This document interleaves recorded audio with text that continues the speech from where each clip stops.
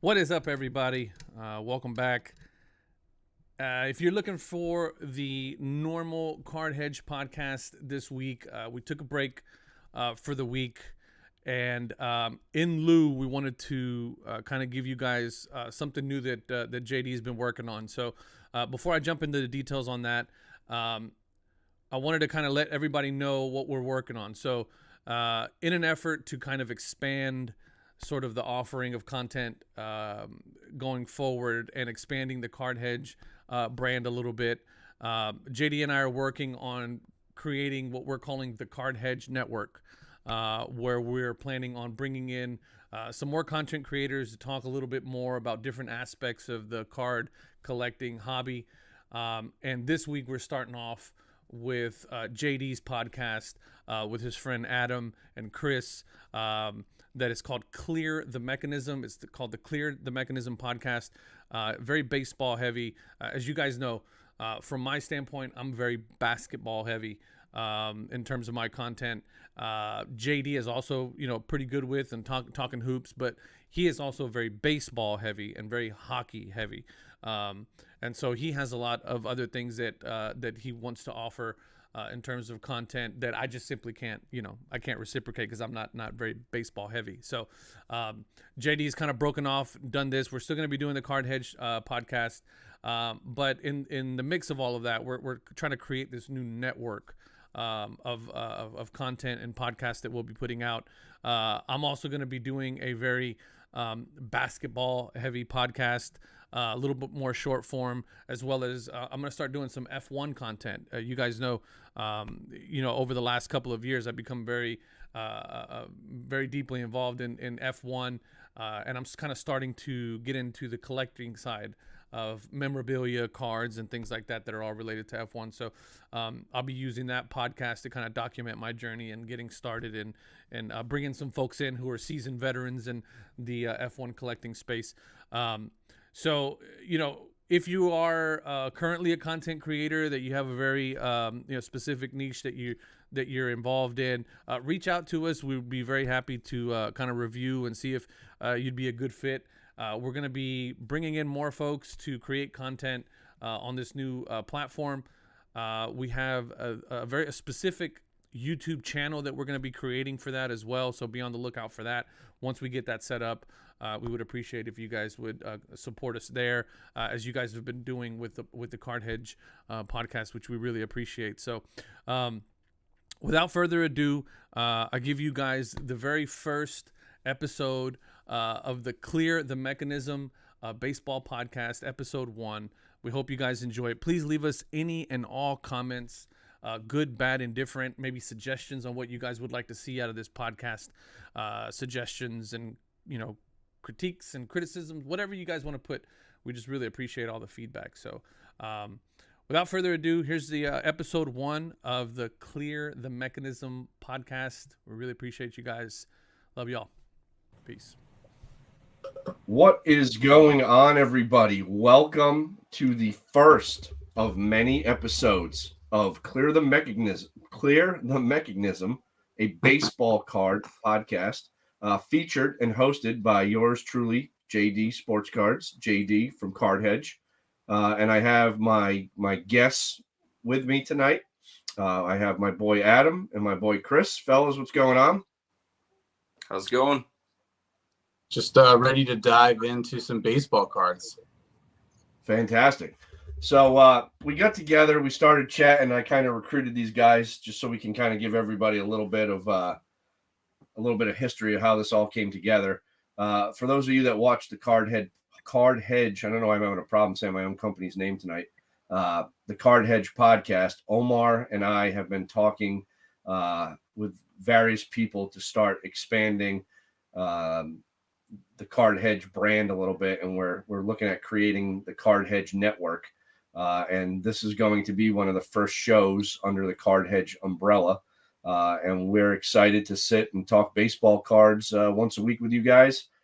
We will not only talk baseball cards, but I'm sure as we go, there'll be some actual baseball talk in here as well. Pretty cool having these guys on. They're two guys that I've known for quite a while, two guys that I really respect. and have very different strategies of collecting, and also different price points depending on where they're located in the world, that we'll get into at some point. But without further ado, most of you guys know me. If you haven't seen the Card Hedge podcast or any of my videos on my channel, I pretty much collect baseball, basketball, little hockey, and I'm diving head in into some football. But baseball is my thing, and I've been, really, really wanting to get some other people on and talk cards and talk baseball. And I'm lucky to have these two guys by my side. So I'm going to let them go and talk a little bit about themselves, and then we'll get into tonight's topic.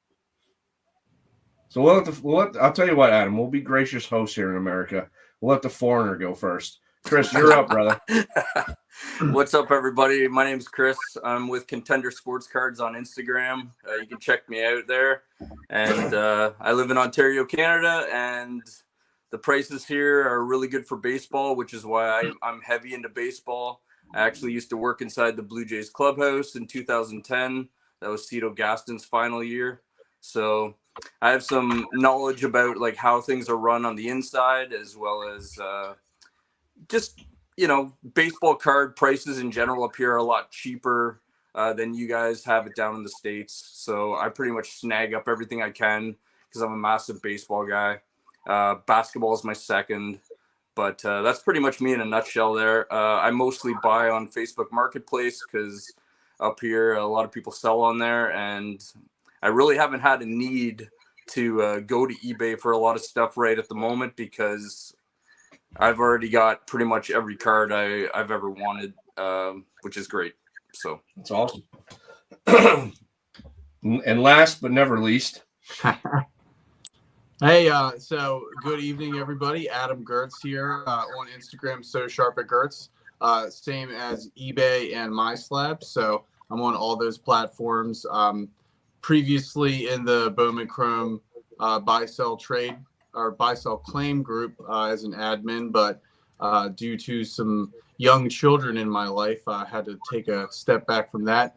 So basically, right now I've been pretty much just focused on looking for price discrepancies. So that's sort of my strategy that I stick with is into the Bowman prospect world, trying to identify guys that I think are undervalued, scoop them up, stockpile them, and then see what happens. And been pretty successful doing that so far.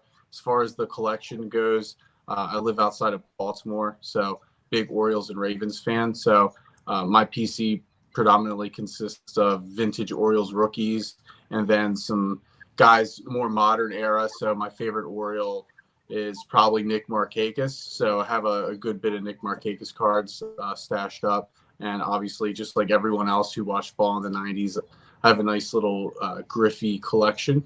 And then outside of that, I just look at, outside the prospect world, a few veterans that I've just honed in on over the years would be guys like Paul Goldschmidt, Freddie Freeman. So, first baseman types. I played first. I was a pitcher growing up, lefty. So that's the gist of my collection and my strategy, or what I focus on in the baseball collecting world.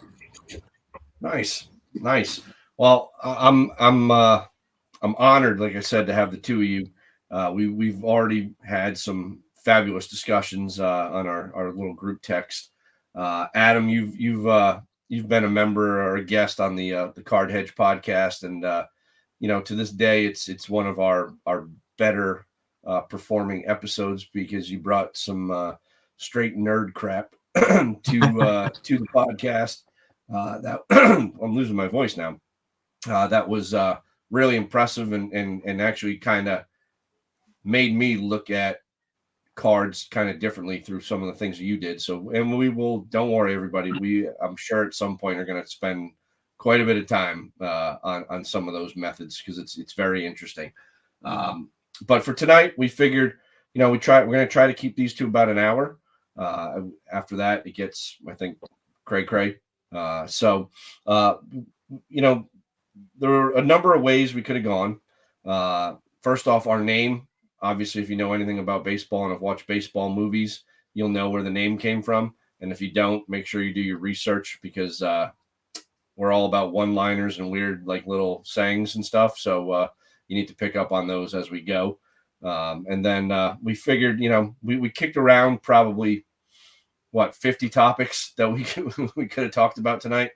But we landed on one that I think for our first episode will be relevant with a lot of you that watch this. And that is looking for value as new product comes out, and specifically 2023 Bowman versus 2022 Bowman, 2021, whatever it may be. And each of us have a little bit of a different way we've gone about this. So I think that'll be pretty cool.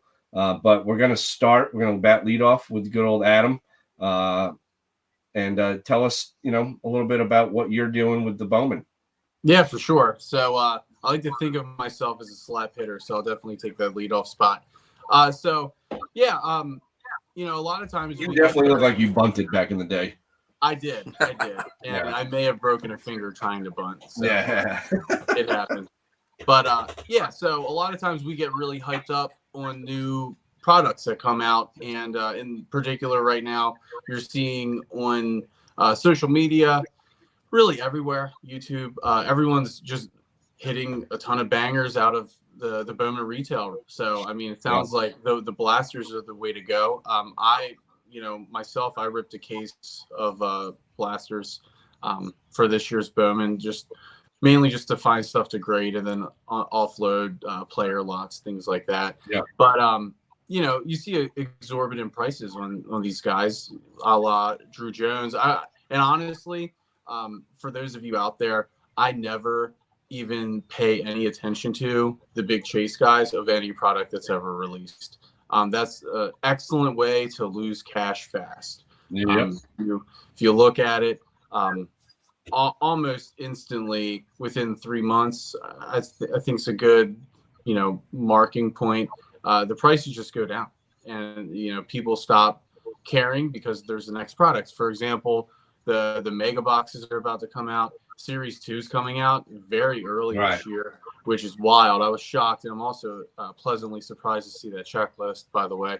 Yeah, good checklist. That's a side tangent for later. But people really, for the most part, you just see, like, especially in the Facebook groups that I know a lot of people that will tune in are members of, and see the transactions on there, just tossing huge chunks of change for guys just because they're the hot name of the new product.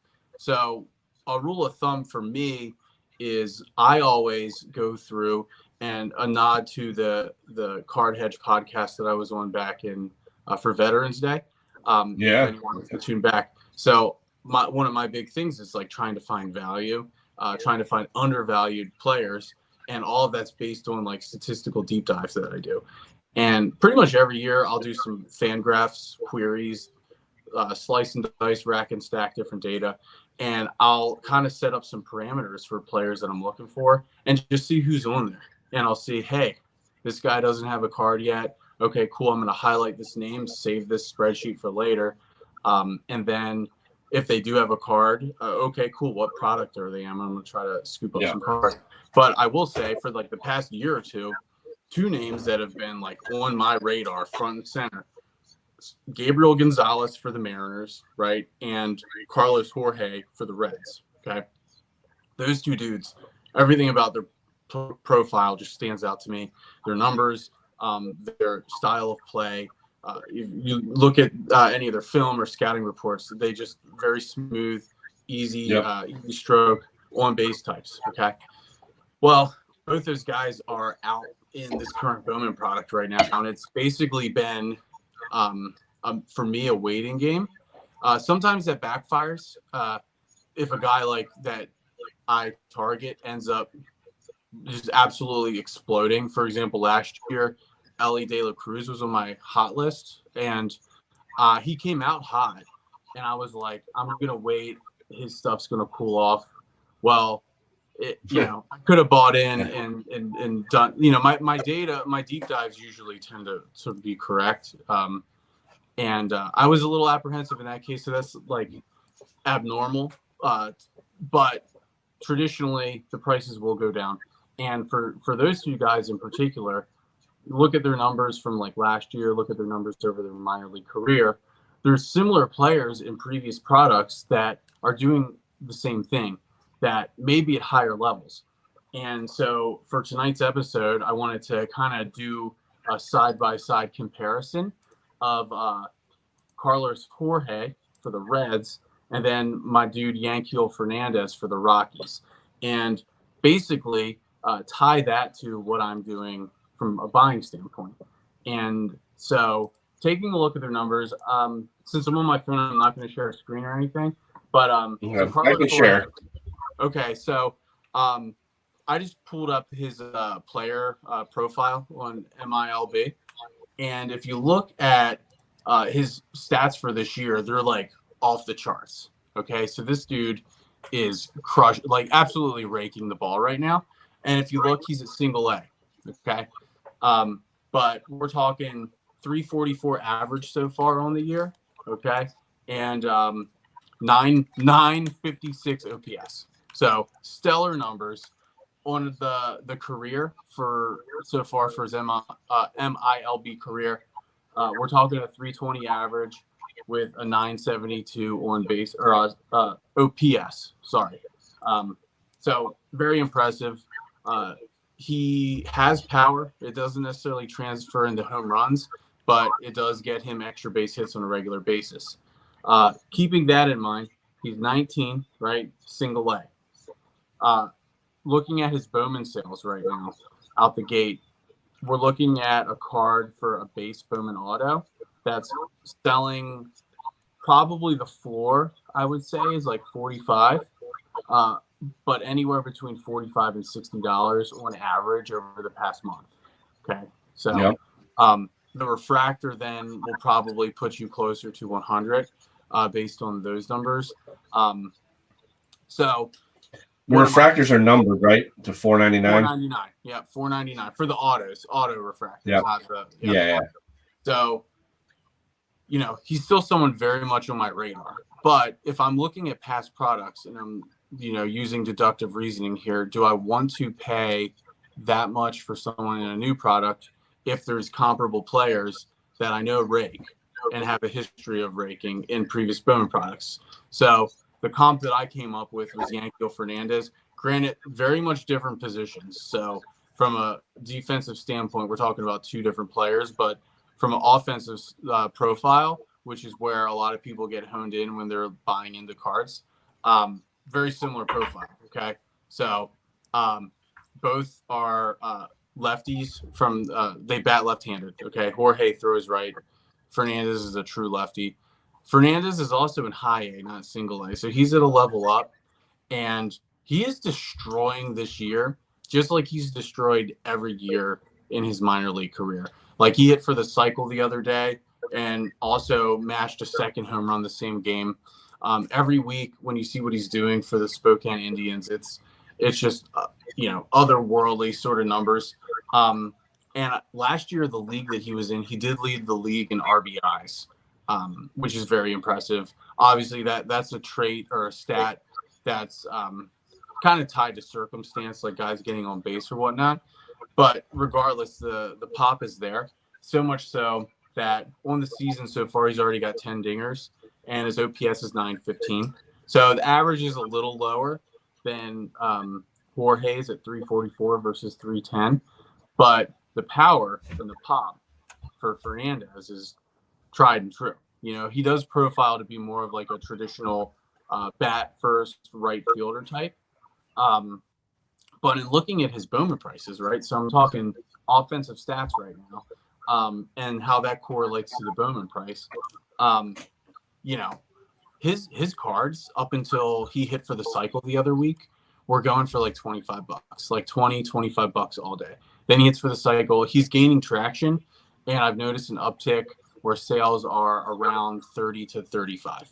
So you're talking for the past month anywhere between 20 and $35 versus a Jorge who's like 45 to 60, but they're putting up similar numbers, except Fernandez has done it longer and he's doing it at a higher level of competition. So that's the recency bias that we all deal with because of hype of new product. And so I was telling JD earlier, every time I've wanted to go buy, because I feel like the FOMO, like I need to go buy a Jorge card, so that I have it, right? But every time I do go to do that, instead I just buy another Yankees Fernandez card. And so the past couple weeks I picked up Speckle auto, refractor auto, and then like a base non-auto refractor. I already have a ton of his stuff. He was my number one chase in last year's Chrome. And same deal though then is that I waited for a couple months. I think he came out, his base autos coming out of that product were going for over $100. So he was definitely someone coveted, and nothing changed other than the recency bias, and people just stopped paying attention to him because draft came out. So when draft came out, his stuff just fell off a cliff for no reason. And now what has he done? He's started the season and he's killing it. So anyway, just thought I'd walk the group through a nice little way to kind of save yourself some heartbreak and some pain in avoiding recency bias. And that's the example that I've been living by right now is basically stockpiling Yankees Fernandez cards until probably the next product drops, and then I can go back and buy my Jorge cards that I've been wanting to pick up. Now he's a prospect for the Rockies. Fernandez is. Jorge's for the Red Sox. And you know I love my Rockies prospects. Yeah, I know, which is odd, but I respect it because you are usually right. I'll give you that. My question to you is this, right? With Bowman comes lots of parallels, lots of colors and things like that, right? Is there a parallel or two or whatever that you stick to? And if so, why? Excellent. So I've noticed that a lot of people are steering clear of base autos right now because they've seen IG posts of these young dudes signing boxes and basically the print run on base autos has skyrocketed. These dudes are signing probably 10,000 base autos. I still like to get those because of the price point. People will be able to afford to buy in. So if I'm looking for a prospect for the sole purpose of stockpiling and waiting for his moment to shine and then unload, I'll stick. I'll buy a nice little stash of base autos because they're affordable. For me, for Rockies players though, I like to do the purples because the jersey color match premium. But with that being said, to be honest with you, I don't know why. Well, I kind of do know why, but I find myself buying the Speckle refractors, and here's why. So I've had a lot of success grading them. So the Speckle autos, the thing about the Speckle autos is that they're notorious for surface issues. So all of them have print lines no matter what, but it's to a varying degree. And a lot of people will sell those with the print lines thinking that they don't have a chance to gem, but it's really a matter of severity of the print lines because this is a known quantity among the grading community. So I've gone 4 for 4 with Fernandez Speckle autos grading. I recently submitted a Miguel Vargas that I bought raw on Probstein last fall. I bought it for $100 last fall, and it had a faint, 1 or 2 faint ones that didn't really protrude the surface. It was just kind of under the chrome, and I mean a gem. So I like to get those because I think they one are affordable. They're often overlooked for people. So when a player does take off, and the rest of their cards sort of go up, the Speckles may not see the huge swings as some of like a true gold or true blue or whatever. But people gravitate towards those because they can afford them. And sure. So I like the Speckles. I also think they look freaking cool, but that, aesthetics aside, everyone has kind of different opinions aesthetically.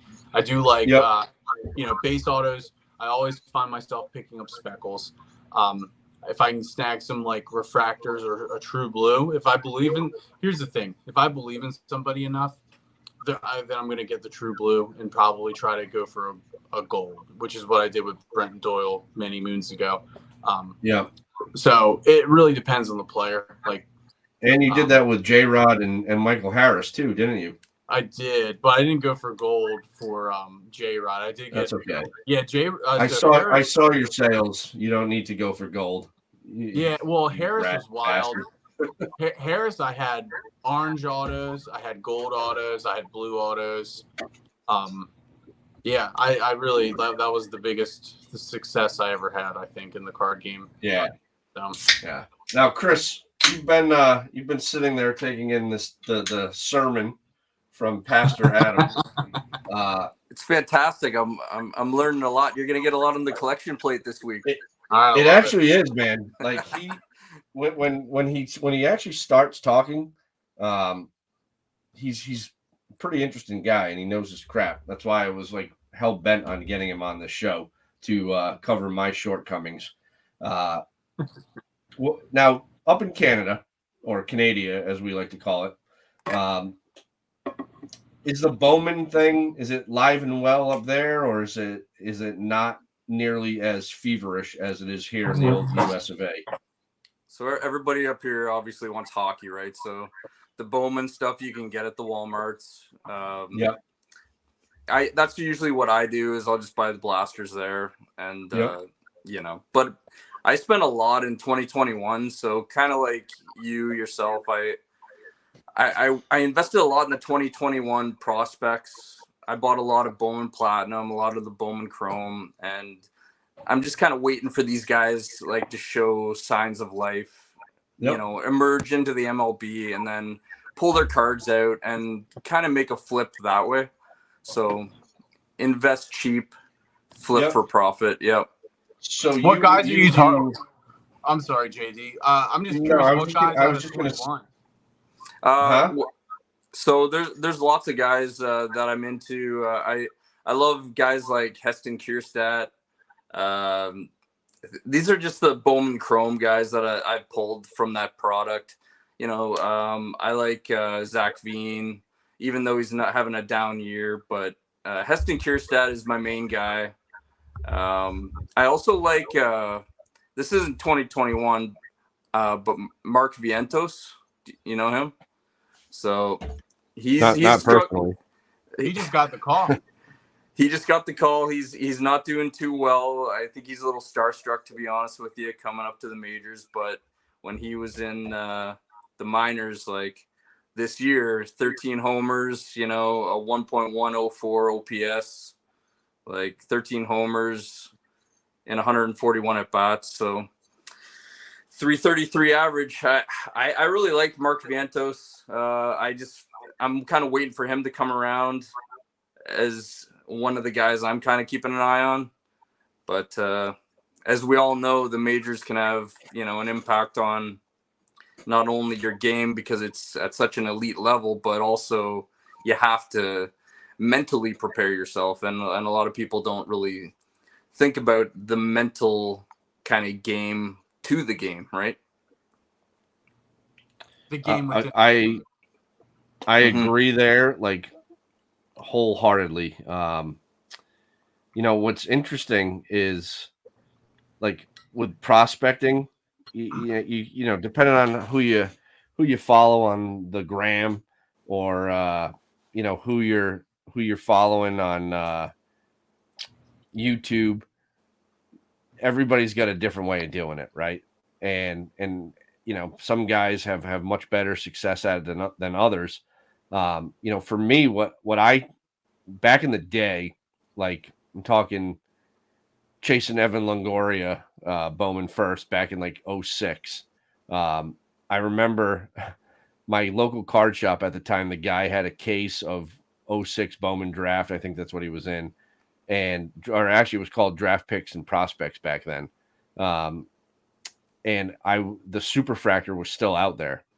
And I like hounded this guy every day for like 3 years about selling me the case. And he's like, I'm not selling it. And I'm like, dude, sell me the case. And it's funny. We reconnected recently. He ended up closing his shop and he just does like more like dealing and things like that, kind of like sets up at show like the big shows, the national and whatnot. So we've been talking. I was like, hey, random question, but you still got that case of that 06 Bowman? And he's like, nope. And he's like, you know what's funny, dude? He's like, I sold that a few years ago, and I almost called you to see if you wanted it. I was like, I wasn't probably collecting at that point, but I would have bought it just out of principle, because I hounded him for so long to get it. I don't know what came out of it, but for me, my point of this is, Adam talked early on about he stays away from the big name guys. I tend to do the same. I learned my lesson the hard way, of spending just ungodly amounts of money chasing, golds and this and that. And at the time, in the mid to late like the early 2000s, like 08, 09, that time period, like eBay was a thing, but it wasn't like a thing. I feel like it, like as much as it is today.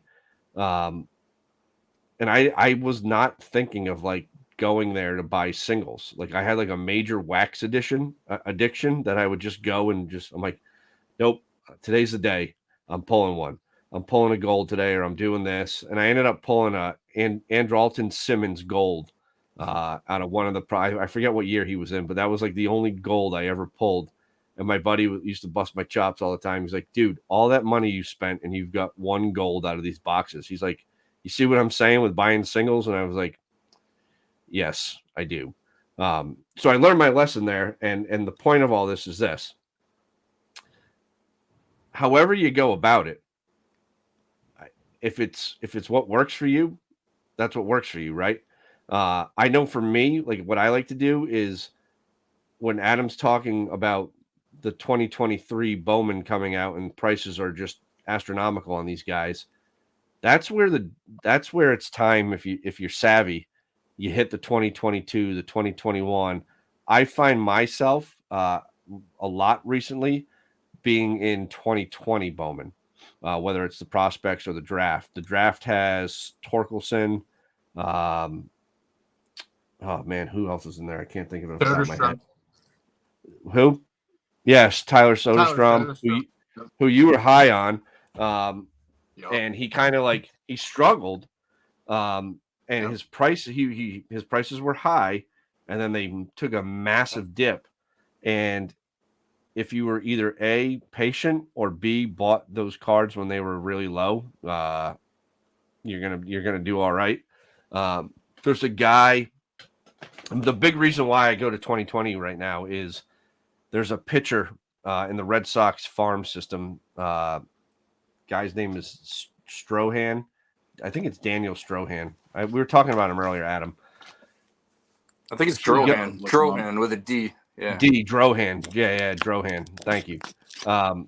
He got promoted recently